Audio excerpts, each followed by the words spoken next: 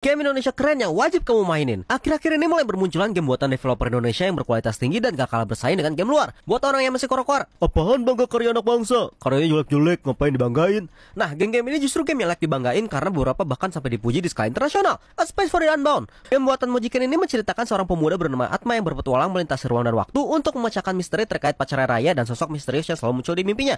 Game puzzle adventure dengan cerita yang bisa bikin kamu mewek. Dread Out. Bukan Indonesia kalau nggak ada game horornya. Game besutan Digital Happiness ini menceritakan tentang Linda Belinda yang dapat berinteraksi dengan hantu-hantu menggunakan kamera HP-nya. Kalau kamu suka game Fatal Frame, kamu bakal suka game ini. Coffee Talk. Buatan Toge Production, kamu bertugas menjadi barista dan bertemu dengan berbagai jenis pelanggan yang punya banyak cerita yang bisa kamu dengar sambil menyiapkan minuman yang mereka pesan. Bikin nyaman banget gamenya, apalagi dimainin sambil ngopi. Rest in Peace. Buatan Rolling Glory Jam, game ini udah kayak game Cat Mario, di mana setiap kamu melangkah, kamu bisa mati. Bantu tim lari dan melewati berbagai macam hal yang mematikan.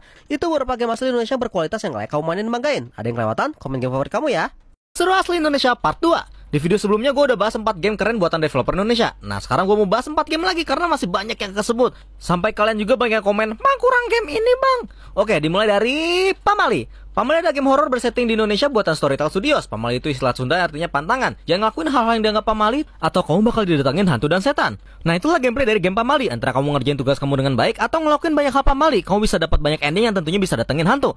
Simulator Indonesia. Game mobile buatan Malayu ini kita ya nyupirin bis. Udah di-download 100 juta kali, buset ini grafiknya mungkin simple tapi nggak pengaruh keseruan jalan-jalan pakai bus lewatin pemandangan dan trek-trek yang Indonesia banget. Troublemaker. Dulu dinamain para kacuk, game buatan Gamecom ini bernuansa tawuran SMA banget. Di game ini kita bakal gelut terus sampai jadi penonton satu sekolah. Gamenya belum rilis tapi kau bisa download demonya. Lokapala. Kamu pasti nggak asing lah sama Mobile Legends dan AoV. Nah Lokapala juga MOBA kayak game-game itu. Game buatan Ananta Rupa Studios ini karakternya terinspirasi dari legenda dan mitos Indonesia. Jadi push rank di sini ngerasa banget Indonesianya. Gimana? Ada lagi yang kelewatan? Tulis di komentar ya. Indonesia diakui Jepang coy. Jadi sekarang perkomikan Indonesia lagi rame karena salah satu komik Indonesia, Apple to Orange karya Benny Shoga, menang Bronze Award di kontes bulanan Manga Plus dari Shueisha yang nerbitin manga-manga Shonen Jump dan dapat serialisasi di websitenya bersanding dengan manga Shonen Jump lainnya. Komik yang bercerita tentang pekerja part-time yang punya mimpi jadi musisi. Keren kan? Dan gak cuma itu, manga yang udah diakui oleh negara sepuh permangaan. Ada juga komik Indonesia yang judulnya Sinawang karya dari Kurniawan Susanto yang berhasil meraih Bronze Award juga di Japan International Manga Award ke-16. Sinawang ini berisi kumpulan cerita horor mistis yang bisa bikin kamu merinding. Bukunya bisa kamu beli online atau di toko buku. Senang nyentil biji? Maksudnya biji karambol. Berarti kau bakal seneng baca Flick Royale karya Niki Dibia Wardana dan Beatrice Nauli. Komik ini juga dapat Bronze Award di International Manga Award ke-12.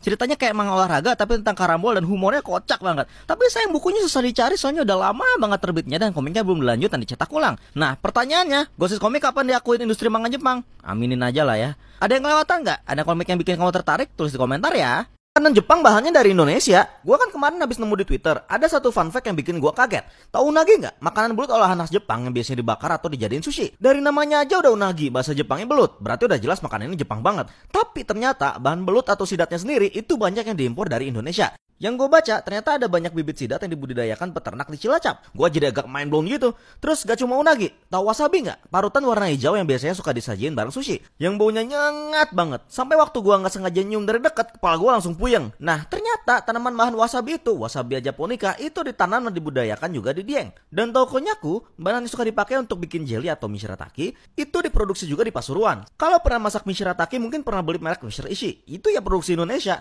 Kebanjiran fakta ini bikin gue sadar, ternyata kayak gini efek globalisasi, di mana makanan yang identik sama negara lain ternyata ya asalnya bisa dari negeri sendiri. Apalagi kira-kira masakan Jepang berbahan lokal? Apa makanan Jepang favorit kamu? Tulis di komentar ya. Karya Indonesia yang diakui internasional. Berhubung hari ini hari kemerdekaan Indonesia, gue mau bahas secara singkat tentang hal-hal yang mengharumkan nama Indonesia di kancah internasional. Kita udah tau lah ya kalau berani tentang olahraga, dari bulu tangkis sampai angkat beban udah banyak atlet yang membanggakan Indonesia. Nah tapi kalau karya populer kayak game, film, atau lagu gimana tuh? Sebelum kita bahas, subscribe dan follow dulu ya. Pertama, game. Udah mulai banyak game Indonesia yang jadi sorotan para pemain dan media luar negeri. Ada Coffee Talk, A Space for the Unbound, Dread Out, Underground Legacy. Game-game itu udah direview banyak media luar dan jadi game kesukaan gamer di seluruh penjuru dunia. Kalau musik, yang paling mainstream ada Rich Brian, Agnes Mo, Nicky, Voice of Baceprot. Mereka yang udah sering tur mancanegara dan lagunya mengglobal. Kalau mau yang wibu dikit, lagu kolaborasi Vesuvia dan Redship berjudul Karawisata masuk game papindap. Film, ada aktor kayak Iko Uwais, Yayan Ruhian, Caca Fahri Rahman, Joe Taslim yang gelut di berbagai film Hollywood. Dan filmnya sendiri ada The Raid dan Pengabdi Setan yang ditayangin juga di bioskop luar negeri. Nah karya apa lagi yang mengharumkan nama Indonesia di luar negeri? Tulis di komentar ya. Takarun One Piece ada di Indonesia. Gua habis maraton dan baca-baca lagi One Piece dan pertanyaan gue tetap sama kayak kamu. One Piece itu apa sih? Yang kita tahu One Piece itu kan ada di Pulau Laftel. Tapi gue nemu sesuatu kemarin. Ternyata One Piece itu ada di Indonesia. Di manakah? Sebelum kita bahas, subscribe dan follow dulu ya. Mungkin di dunia One Piece kita harus ngandelin peta dan logpost buat nyari Lafter dan One Piece. Tapi di dunia kita ada teknologi yang namanya GPS dan Google Maps. Tinggal cari pakai keyword One Piece dan boom, di daerah Jakarta udah banyak. Dan gue cari di beberapa kota, mereka punya One Piece masing-masing. Di Bandung, di Surabaya, di Medan, Pontianak, Sulawesi, Papua. Dan gue iseng lagi cari pulau One Piece lainnya. Ternyata Laftel ada di utara Tanjung Priok. Bahkan ada sarang Joy Boy-nya juga. Ada Skypia di Depok, Thriller Bark di Kuburaya, Onigashima di Semarang, Whole Cake Island di Kepulauan Seribu, Dressrosa di Bandung Barat. Jadi ternyata dunia One Piece itu selama ini di Indonesia. Ya kalau kita ngomong serius sih, ini efek sistem Google Map yang bisa dengan gampangnya nerima nama tempat asal-asalan. Tapi ya jadinya lucu aja, seru nyari puluhan One Piece di Indonesia. Siapa tahu kan mau lihat cucian One Piece kru di Papua. Sekarang coba kamu cek di Google Maps, ada One Piece di kotamu nggak? Kalau ada tulis di komentar ya. Anime ini buatan Indonesia. Waktu itu kita pernah bahas animasi barat yang terinspirasi dari anime. Nah sekarang gue mau bahas animasi yang terinspirasi dari style anime tapi buatan Indonesia. Dan lebih hebohnya lagi pernah tayang di bioskop. Animasinya judulnya apa? Sebelum kita bahas, subscribe dan follow dulu ya. Ada yang udah denger film animasi yang namanya Battle of Surabaya? Film ini ceritanya diangkat dari sejarah perjuangan kemerdekaan Indonesia, tepatnya pertempuran 10 November 1945 di Surabaya. Dibumbui sama beberapa elemen fiksi dan drama dari sudut pandang tokoh utamanya Musa, seorang bocah penyemprot sepatu. Film ini diproduksi sama MSV Pictures dan Universitas Amikom Yogyakarta dengan budget 15 miliar rupiah dan hasilnya keren. Animasinya cukup mulus, mungkin ya sedikit kaku kalau dibandingin sama anime asli, tapi bukan berarti jelek. Justru menurut gue untuk animasi buatan asli Indonesia udah bagus banget. Dan bukan cuma gue yang bilang gitu, karena film ini juga dapat banyak penghargaan internasional. Jadi penasaran kalau film sejarah Indonesia lainnya dibikin animasi kayak gini gimana? Misal Bandung Lautan Api gitu. Oh, satu lagi yang bikin animasi ini Indonesia banget, ada Reza Rahadiannya.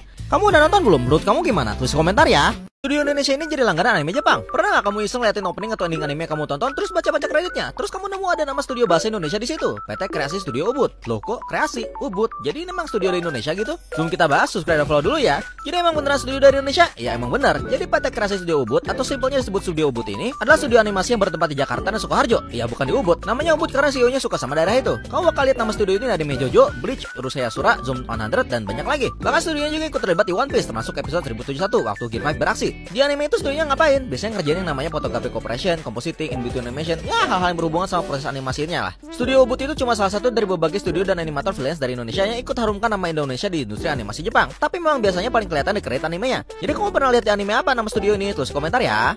Indonesia masuk nominasi penghargaan internasional. Tiap tahun di dunia game itu ada yang namanya The Game Awards. Salah satu acara penganugerahan terbesar buat game-game terbaik di seluruh dunia sepanjang tahun. Tahun 2023 ini ada yang beda. Karena ada game Indonesia yang masuk nominasi The Game Awards ini. Ada yang bisa tebak gamenya? Sebelum kita bahas, subscribe dan follow dulu khusus komik ya. Ya, game yang dimaksud adalah A Space for the Unbound. Game adventure dan puzzle ini nyeritain tentang Atma dan Raya, pasangan anak SMA di tahun 2000-an yang ngalamin kejadian aneh. Game ini dibikin oleh Mujikan Studio dan Toge Productions. Gua suka banget sama game ini dan gak bakal bosen gua bahas. Ternyata bukan cuma gue yang suka, tapi industri game seluruh dunia pun suka sampai masuk nominasi The Game Awards kategori Games for Impact. Bukan Genshin Impact ya. Artinya game ini berhasil ngasih pengaruh besar ke pemainnya, entah itu bikin kita mikir atau bikin kita emosional. Menurut gua Space for the Unbound masuk kedua-duanya karena bikin kita mikir tentang pengaruh kesehatan mental dan trauma di kehidupan dan bikin kita emosional juga sama ceritanya. Sayangnya nggak menang sih, cuma ya masuk nominasi aja udah keren banget. Berarti industri game Indonesia udah mulai diakui di skala internasional. Jadi penasaran, gimana kabarnya yang dulu ngehujat game ini gara-gara numpang jargon karya anak bangsa? Kamu udah main? Menurut kamu gimana? Ada Indonesia di anime coy. Di anime namanya juga animasi Jepang, pasti kebanyakan settingnya di Jepang. Kalau nggak Jepang, isekai sekalian. Jarang ada anime yang settingnya di luar Jepang. Kalaupun ada, paling di negara terkenal kayak Amerika atau negara Eropa. Kalau negara lain sih sebut aja hitungannya udah hoki. Nah ternyata Indonesia pernah disebut beberapa kali di sejumlah anime dan bahkan pernah nongol juga. Jadi di anime Your Mungan, Perfect Order episode 4 Jakarta nongol. Lengkap dengan bajai lewat dan masak-masakan asli Indonesia kayak nasi goreng, sate, dan es doger plus es teler di menunya. Terus bahasa Indonesia dipakai juga di anime Nichijou, di mana karakter utamanya Yuko Ayoi sering nyapa teman-temannya pakai bahasa Indonesia. Mio-chan, selamat pagi. Mungkin ini yang namanya reverse wibu ya. Di Shokugeki no Soma, tempe jadi salah satu bahan rahasia yang dipakai bapaknya Soma, Yoichiro, untuk bikin ramen punya rasa unik. Wah, kebalikan gua kemarin, bikin Indomie pakai topping ebi tempura. Dan di Chunibyo Demo Koigashitai, ayahnya Yuta kerja di luar negeri. Di mana? Tentu saja Jakarta. Di mana spesifiknya? Entah HCBD mungkin. Oh, satu lagi, di anime Kakushigoto, Bapak Goto sering manggil asisten rumah tangga buat temenin Hime. Namanya Nadila, asal dari Indonesia. Ada yang kelewatan nggak? Kamu udah tahu yang mana aja? Tulis di komentar ya.